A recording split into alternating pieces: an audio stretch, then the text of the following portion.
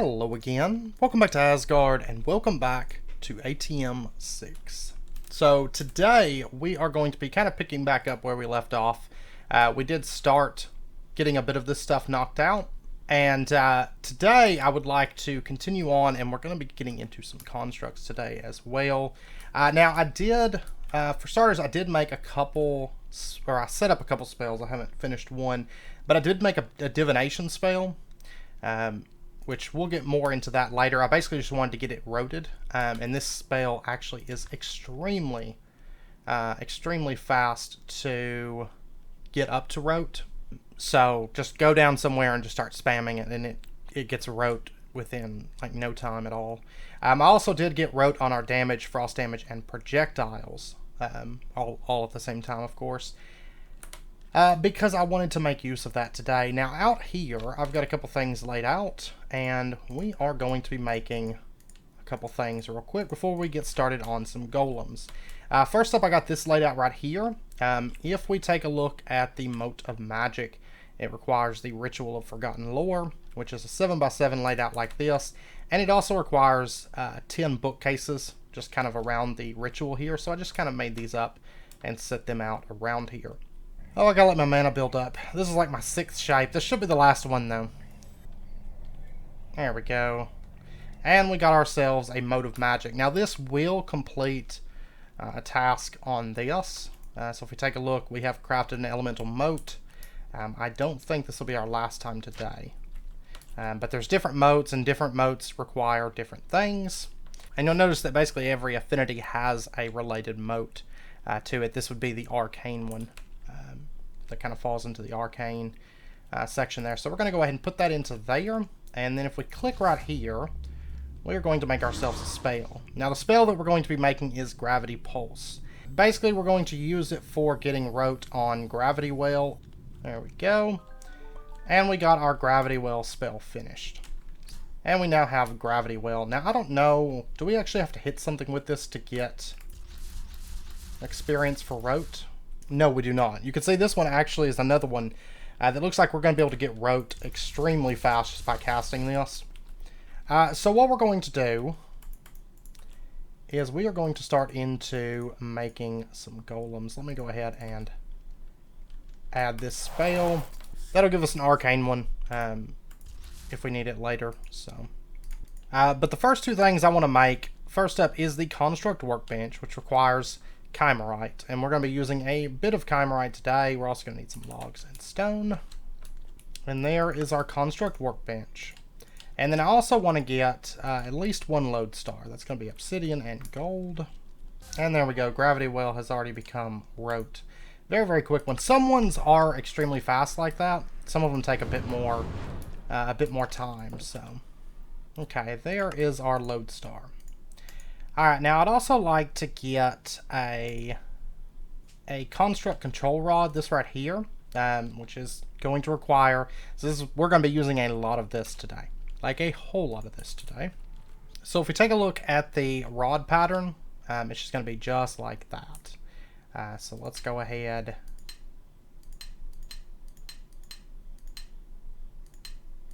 and draw this out real quick. There we go.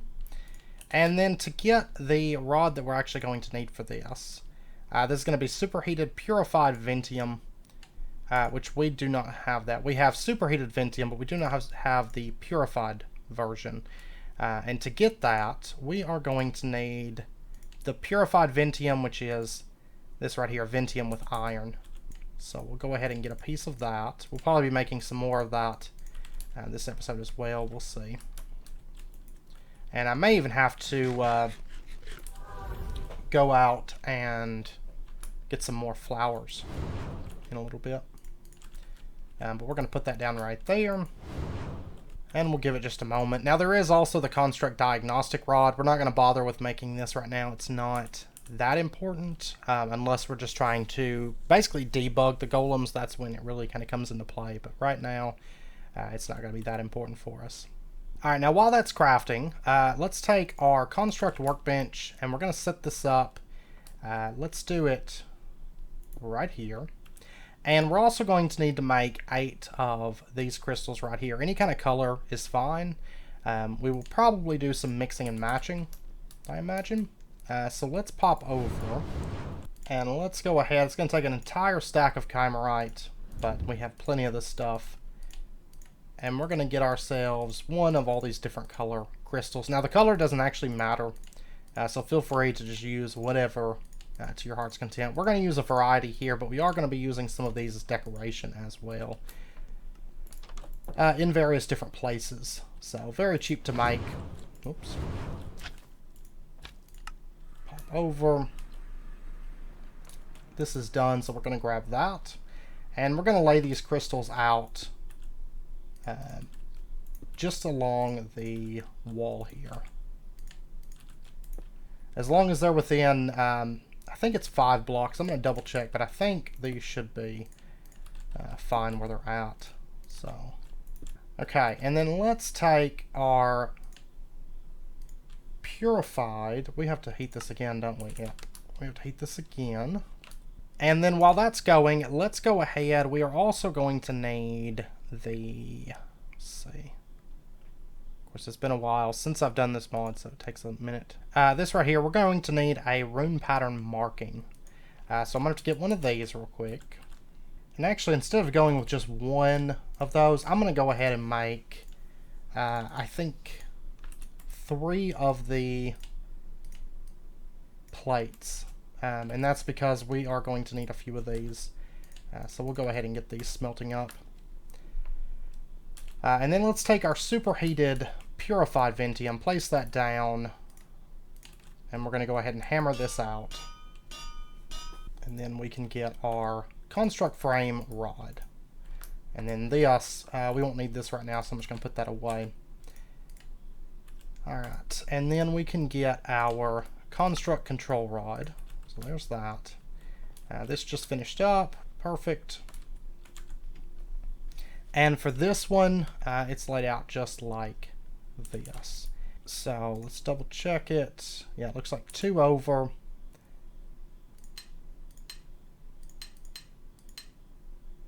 Like that. Then we're going to come down about 3. Bring this in right there. And then bring it down like that. Okay, and then let's go ahead and make, while we're at it, let's go ahead and just make a couple more of these. And there we go. Okay, now to actually make one of these, we are going to need superheated Ventium. We're going to start off with, I guess we'll go ahead and start off by making 4 of these, and then we'll go from there. But there's no harm in making extra of these because you will need them within this mod. Because pretty much like everything that requires a location is going to require these. So, okay, now what we're going to do is let's turn our attention to actually making the golem. Now it's all detailed in here. I'm not going to go over the basics of golems. This book is extremely sufficient when it comes to learning the mod. I don't think you need anything beyond this. And if you take a look at like animated constructs, if we tab through here, there's a lot of information. We are going to be going with something that has a good speed. I think wood's going to be faster than stone by 3 speed per part. So we are going to be going with a wood golem. I think the only thing that's better would be diamond. Yeah, well, diamond's 15, same as wood. It's just more durable. And we also want to look at our affinity. This part right here is very important. So you can see different affinity, which we're going to get into that here in just a minute, but different affinity does different things. We're going to be going probably with just air, I think. Ender is also really good. Let me see if I can find an Ender spell right now. Transitory Tile is one, and that's one I wouldn't mind having. Spectral Workbench does not say, because it does not have a ritual here. Okay, yeah, so I'll probably cut here in a minute and do a Transitory Tile spell.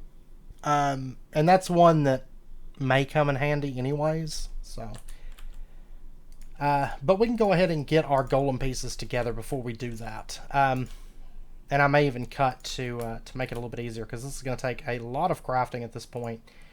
But let's first up pop over because I'm not sure if I need a smart head. I think it's 8 operations before you need a smart head, right? So I want to think here for a second. So if we grab, deposit, that's 3, and then grab, deposit, that's 6. But also the stand B, I can do that all on the same one, so that's not a big deal. That's 6, and then if we grab deposit, that's 8. Yeah, we're going to go with a smart head because I want one golem to handle everything over here. So this will just work out better for us. So the wooden smart head requires a mode of magic, requires a frame head, requires some wood, some ventium, and right here we're going to be making a lot of patterns, okay? Because we need a basic torso pattern or a torso pattern. We need leg patterns and a couple rods for the legs. We are going to need, what does it take to make ender legs? Mode of ender. And just hips. I don't know. I think I'd rather him actually just be running around though, to be honest. And if we went for a grabber left and right arm, bear in mind that there is a difference between left and right arms, so don't forget about that. Alright, so let me go ahead and get like 5 unfired rune plates. I think that should be sufficient for us. Let's see the smart head. I'm going to need to lay out another mode of magic. Okay, and then I just got to get the 2 lecterns, 4 feathers, and 4 books together for that. Alright, now we can also start getting our plates together. Fun. Let's go ahead and throw that into there. And first up, we are going to need a torso pattern, which is this right here. Looks like 2, drop 2 like that. And then we need to come down 2 and then bring it down. Okay. And this goes to 1 below. So just like this. Now later on, of course, we can automate our constructs to do all of this for us. And we probably will be. But for now,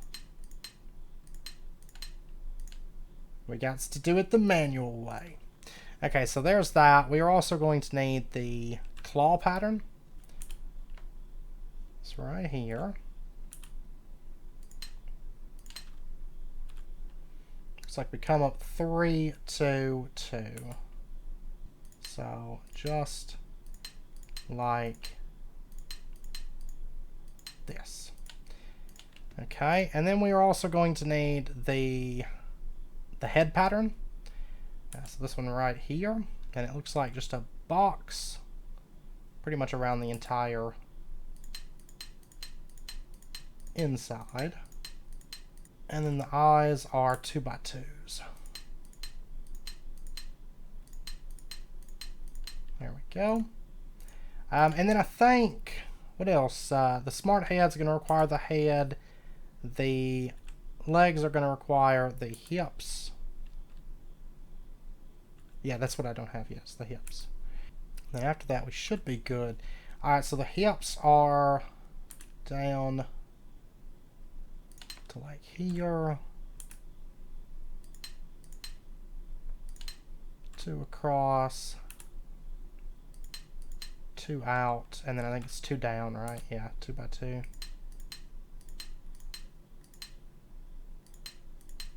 So, like this, and then it just comes straight in. Yeah. There we go. Okay, so there's all of our construct frame pieces. Now we are also going to need a couple more of these rods for the legs. And this is all superheated purified ventium, I think, probably for all of this. So we'll go ahead and get like 10 of that. And I'm going to split it up a little bit here, just so that we can smelt it up a little bit quicker, because we're going to have to turn around and re-smelt this as soon as it gets finished. And while that stuff's going, I'm going to go ahead and do a transitory tile spell. This is going to be touch, transitory tile, and that should be good. So we're going to go ahead and just create that. Honestly, probably would be worth putting like a, let's see, we've capped speed and we've capped damage, but maybe like range or delay.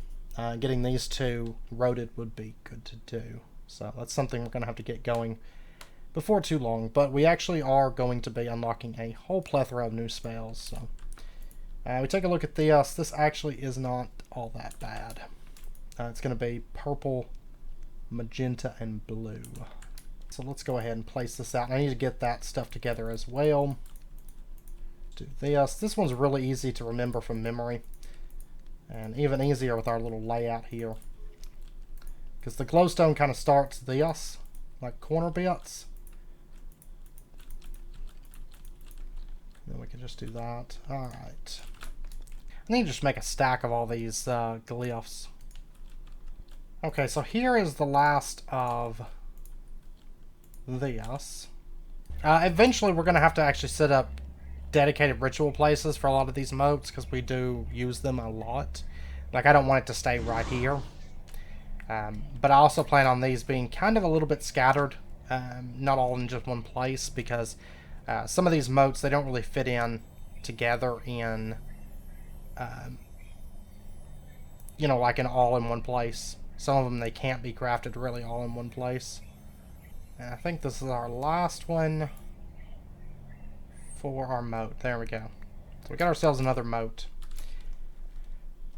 Okay, now at this point, this is done. I'm going to get the rest of that spell together in just a moment, but we are going to go ahead and get a few of these construct pieces. And for our wooden smart head, this is going to be the frame head, 3 pieces of wood, 2 Ventium, and the Mode of Magic.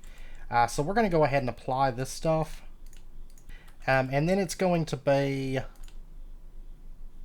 Adamas and Orbus. Now, yeah, we've got that. We'll just click those and get this crafted up.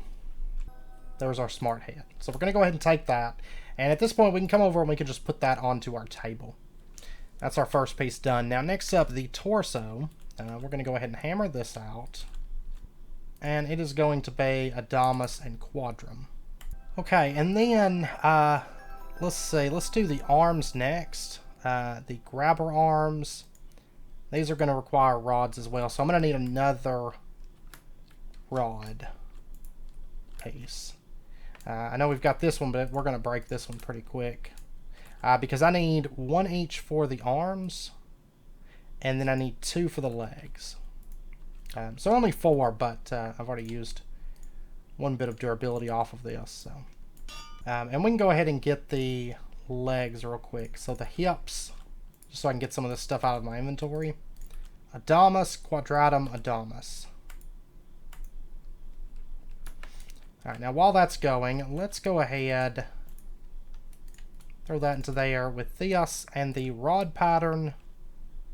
Probably break our chisel. Yeah, I think it'll survive this craft, but go. And I just need 1 more of these. And there's our legs.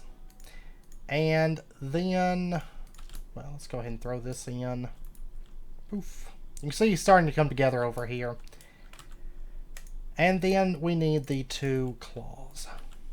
So as you can see, it's a little bit of a process. Now, a lot of this stuff, once you have it set up, it's not too bad. Like, for example, the patterns.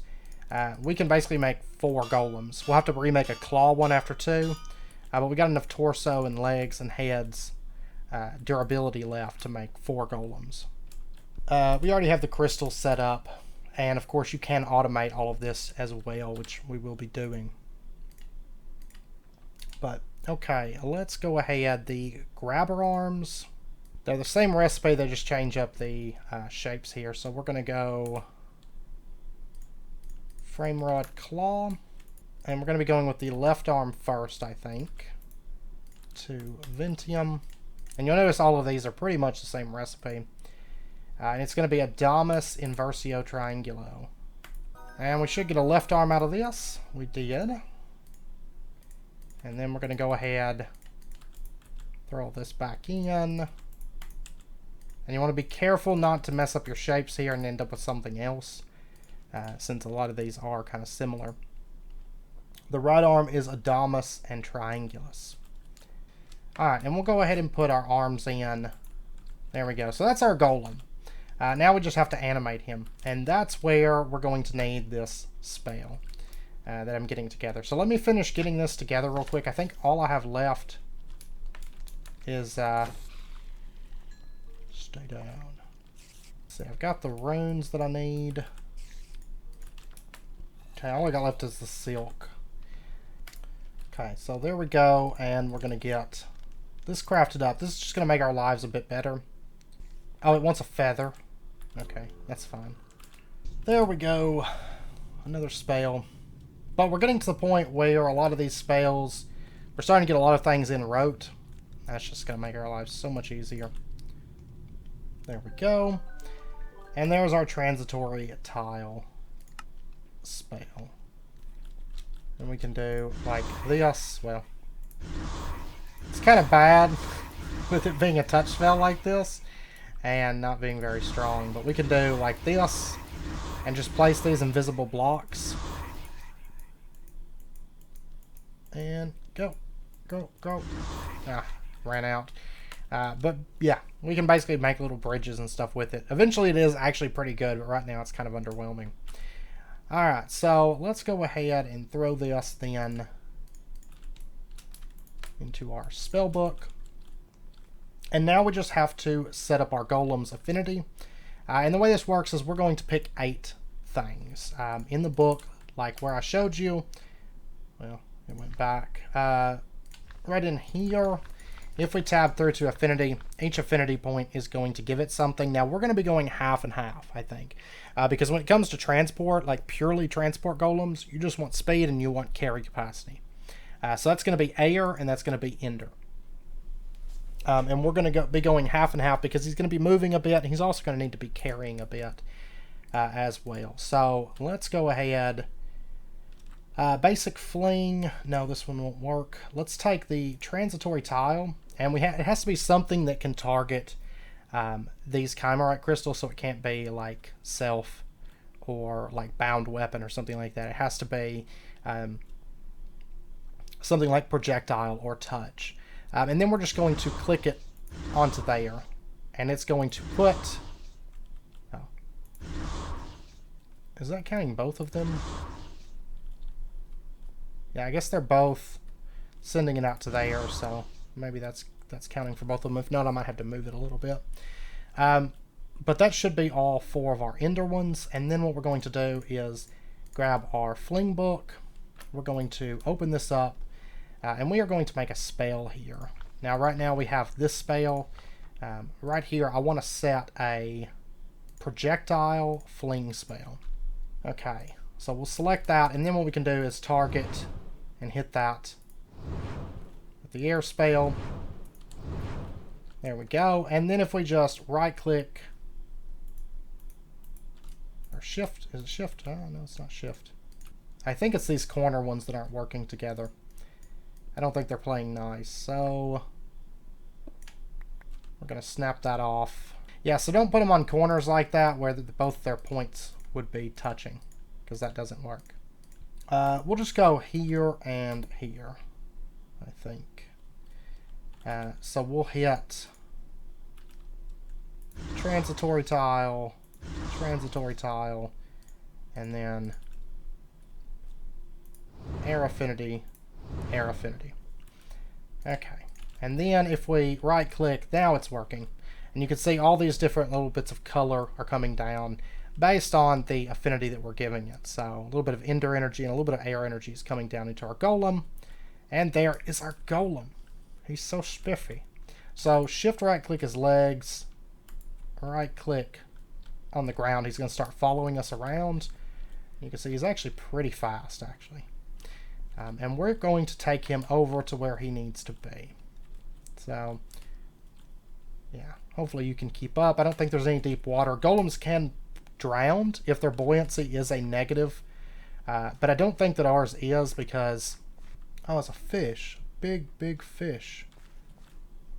He's eating the other fish. Wood is a 1 buoyancy. Yeah. And he doesn't have any stone or anything like that, so he should float. Wood's the only one that floats by default. Without adding like affinity or something to it. I think it's water affinity that lets them, that increases their buoyancy. Not a big deal because ours aren't going to be dealing with water. So, but we're going to take him over to here, and let me just tell him to stop. Just shift right click twice there. And at this point, one thing I do need to do. Let me pop over and get my flint and steel. And it was brought up in the comments, something I totally forgot until it was mentioned, is Quark's ability to burn off vines. So we're just going to burn these off, like so. And this is basically going to put an endpoint on them, just like with, like, you know, Tinker's Construct. You know how its vines have an endpoint. This is going to add like an endpoint to these vanilla vines. So we're just going to basically be clipping these off so that we don't have to worry about them growing down in the way. And I'll probably be removing, going through and removing a lot of the string and stuff as well. Just my bugged out little rat. Okay, so what we're going to do is let's take our lodestar now, and we're going to set this lodestar up. Doesn't matter too much. I think we're going to put it in right. No, that links. I could put it right in here. So what the lodestar does, it's normally just going to look like that, like a crate on the dock. But if you get close to it, it's going to open up. And these are going to kind of spin around it. Beautiful to look at. Really, really nifty. We'll probably be using some of these even for just decoration as well in some places. And if we open this up, we can tell our golem, basically program commands. So what our golem is going to be doing is he's going to be taking items, placing items, then taking items, placing items, and then taking items, placing items, taking items, placing items, like that. And you can see arrows. This is the order that he's going to be doing. And first up, if we open up this one, the take items from containers, we can set a filter here, and we are going to be doing that. Or do we? No, let's not set a filter here, in fact, without a filter. What we're going to do is we're going to take our rune marking and just shift right click this block here, which is going to set it. And we're going to say this is going to be where you take the items from. Okay, and then we're going to take a rune marker. Actually, I wonder if, let me, is it right click left? Yeah, right click left, like hold right click and then left click. We're actually going to do take items, place items, place items, take items, place items. Oh, I actually can't set a filter on place items though. Or no, I'm sorry. I messed this up anyways. Let's delete this. What we're going to do is we're going to take item, take item. We have to do this twice, right? Almost forgot because he's got 2 arms. He has to take twice because he has 2 arms. He doesn't fill both arms by default. And then we're going to place. Okay. So what we're going to do is this one is going to be bound to there. I don't think the side's really going to matter in this case, so we're just going to do it on... This is side specific, but the side doesn't really matter with this chest. Top, side, doesn't matter. I don't believe. If an issue comes up, then we will handle that. And then what he's going to do is he's going to come over here first and place. Try to deposit the items into there, because the only thing that can go in there is the standby honeycomb, so we don't really have to filter there. And we'll just drop that into there. And then he's going to come over and deposit here. So we'll just put that into there. And then he's going to be taking. And we're going to be taking from there. A little bit of a process to set these up, but they do work pretty well. So And then he's going to be coming over and depositing. Now, deposit you only have to do once he deposits everything he's holding from both arms. So in that case, we don't have to worry about it too much. Now, let me also get one more from this drawer, and let me get gold and emerald both.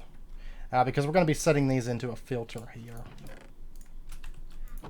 So he's going to be taking, and then he's going to be placing into there. And then he's going to be taking, well, the only issue right here, though, is, well, no, actually, I have an idea. We're going to be taking. And you're going to be taking gold and emerald ore. And let's actually just have him do that with one hand, in fact. Because there's no reason to have him be going and carrying too much stuff, because this is going to kind of limit his speed a bit. And what we're going to do is let's set up a chest, because there's just not a whole lot of point in him carrying a whole lot there. Let's do a hopper and chest. May end up changing this to some other kind of chest if I come up with an idea for one, but we're just going to put that in right there, and the chest right there. And then we're going to grab this, and then we're going to grab this, and then we're going to grab this. Okay, and we are going to be telling him to place items into this container, that's the chest. And then he's going to be taking items just with one hand. There's, once again, no reason for him to be using two hands at the fire blast furnace. And then he's going to be placing items into there. Now, I don't know if he will try to pick up the... I may have to filter it, because he might try to take the items out since he's pulling directly off the blast furnace. Yeah, let me just go ahead and filter it, because we're not going to be running that many ores through there, I don't think. And if we do run other ones, then we'll have another golem that handles some things, because they are a little bit limited on their filters. So we do have to kind of be aware of that. But let's go ahead and do the take gold and emerald only. Okay, and that should be good. So if we tell him now to, let's grab him with a shift right click at his feet, and then we're going to right click there. Yeah, now he's going to start working. He's grabbing some honeycombs. He's going over here first to see if he can deposit those. Did he run past me? Oh, man. Are you going to do the same thing? I think you are. Let's see if he can work with like a controller slave with stuff that he can actually deposit. So if we just set up a controller slave here, for example, and we added another command that said you take items to there. So we'll add those commands. He deposited something. Oh, I need to have him taking twice though. I'm going to go ahead and shut that off real quick. Let's take items.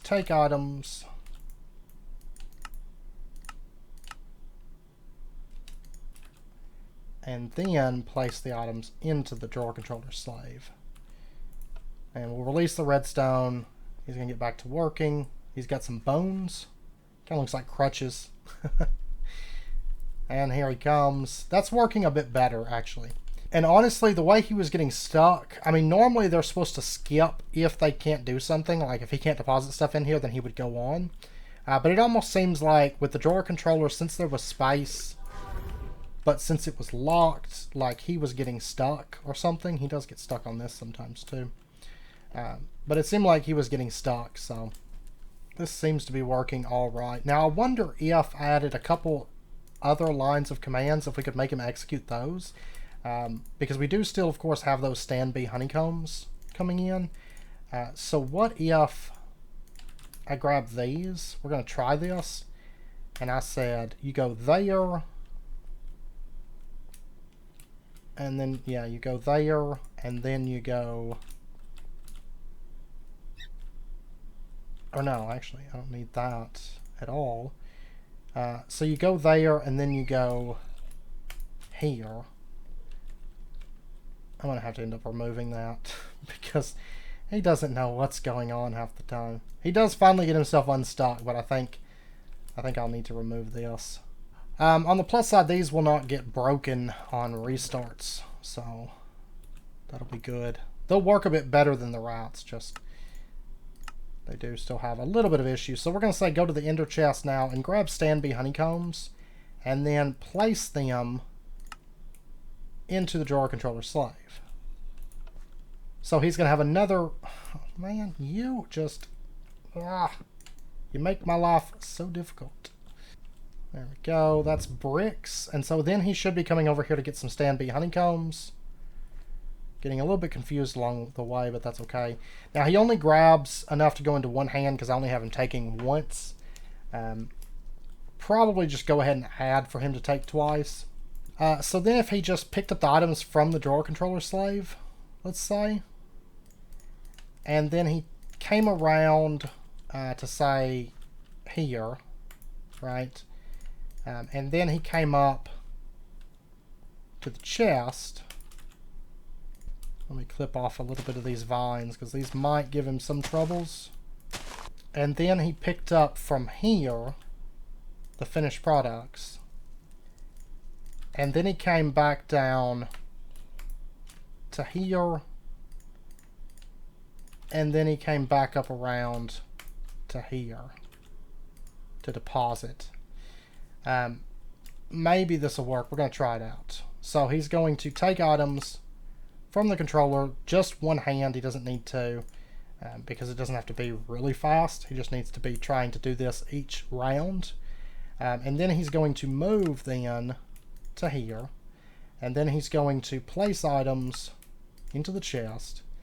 And then he's going to take items, only emerald and gold. And then he's going to move to there. And then he's going to place items into there. Okay. So let's see what he does now with all the everythings. He's going to deposit some items. He's going to now take some items. This is, of course, is from this crate. He takes it over to there, puts it in. Then he comes back, checks for the stand-by honeycombs. There's some. He's going to grab them. He only needs one hand for it, I guess. But he has the potential to grab 2 hands worth of stand-by honeycombs if they're coming in fast. He takes them over here. He deposits them. And then he grabs some emerald ore. He's going to take it over to this chest here. Deposit that. That's going to get smelting. He's going to grab whatever's finished. And now take it over to here. And then he's just going to restart and go back over here and get more honeycombs. So there we go. So he's taking from the ender chest. He's depositing it into the crate for the input. He's taking from the output crate. He's depositing it into the controller slave. He's taking from the ender chest. And this one is filtered, of course. These are 2, just to allow these. If I get more honeycombs coming in, which we will long term, I'll probably just set up an additional golem that handles just honeycombs, you know. Or have it ran through a different ender chest line. I don't know. We'll change that up a little bit. Then he takes it to the drawer controller slave, and then he takes from the drawer controller slave these. Only one hand. Moves midway, and then takes it to the chest for the input, and then takes gold or emerald, moves to midway, and then deposits it. So there we go. That's working perfectly. And that way we don't have to worry about this getting filled up. It does still come in pretty quick, though. Course, and then he can start emptying this out as well. So he doesn't have a huge carry capacity, so it might still get a little bit backed up. Honestly, I'm thinking I'll probably have to make another golem that literally just goes here, picks things up, and carries them over to here, because things like dirt, they just have so much output that it might be worth doing that later on. So, but I'm going to give him a little bit just to see how he performs as far as, because it was backed up initially, so it may take him a little bit to get that unbacked up. All right, now if we take a look, I think we're probably only missing one task at the moment. All right, so now for our magic crystal, we're basically just going to need 8 of these, which of course is just chimerite and that purified ventium.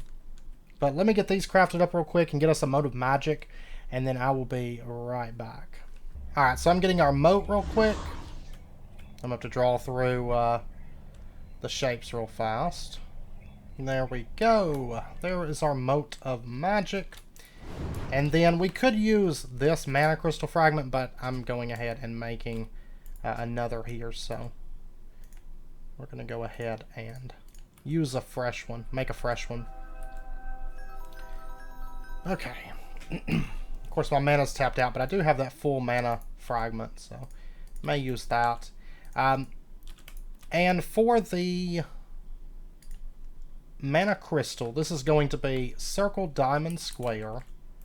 So circle, diamond, square. We'll go ahead and get that going. Just while I fill this in. And then it is going to be diamond, circle, square. There we go. I'll go ahead and drain this out because I don't have the mana to actually finish this right now otherwise. And there we go. We now have enough experience to advance in tier, and there is our mana crystal.